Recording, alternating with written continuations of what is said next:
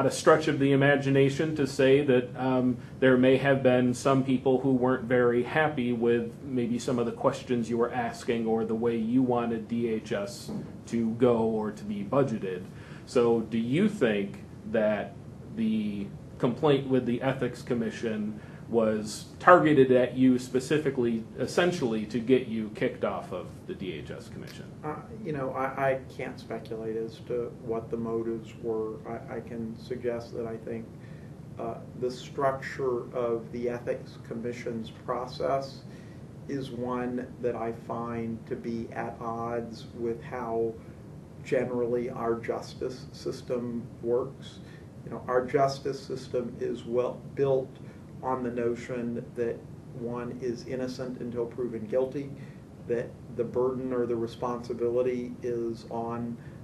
the government to show that somebody has done something wrong. There are adequate resources provided in terms of always allowing the person who is accused of something to face their accuser, to be judged by their peers or an otherwise qualified judicial decision maker. In this particular case, I would say that I think the entire process of how the Ethics Commission goes about doing its investigations and work is something that I had never paid any attention to before I got embroiled in it,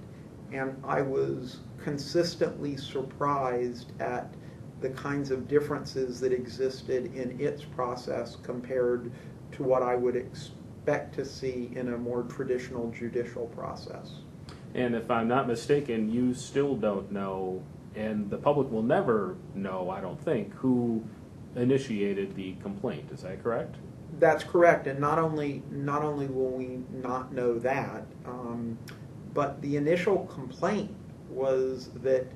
I had improperly participated in a vote or discussion about a particular issue, and that had to do with when the department was proposing to change the co-pays for low-income working parents, and I was vocally opposed to increasing the cost and fees for low-income working parents